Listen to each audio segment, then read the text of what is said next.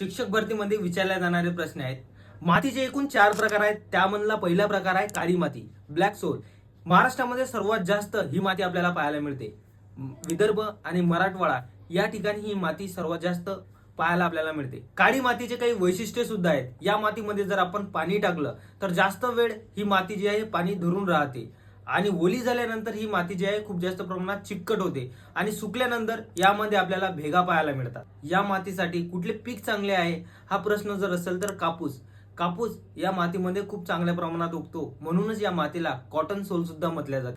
दुसरा प्रकार आहे लाल माती. लाल मातीचा कलर हा लाल असतो कारण की या मातीमध्ये आयरन असते आणि ही माती सर्वात जास्त आपल्याला नाशिक आणि कोकण या ठिकाणी पाहायला मिळते. या मातीचे वैशिष्ट्य आहे की या मातीमध्ये जास्त वेळ पाणी राहत नाही, लवकर निघून जाते. आणि पिकाचा जर विचार केला आपण तर यामध्ये भुईमुग आणि बाजरी हे सर्वात जास्त प्रमाणात उगते. तिसरा प्रकार आहे जांभी माती. जांभी माती हे नाव ऐकलं आहे का? कारण की परीक्षेमध्ये नेहमी विचारलं जातं जांभी माती म्हणजे काय, जांभी मातीचे किती प्रकार आहेत, जांभी मातीचे वैशिष्ट्य काय. जास्त पाऊस आणि उष्णतेमुळे या पाण्यामधील पोषण तत्व वाहून जातात आणि तयार होते जांभी माती. आणि जांभी मातीमध्ये उगणारे पीक जे आहे ते काजू, नारळ आणि आंबा हे पीक सर्वात जास्त उगते. चौथा प्रकार आहे गाळाची माती.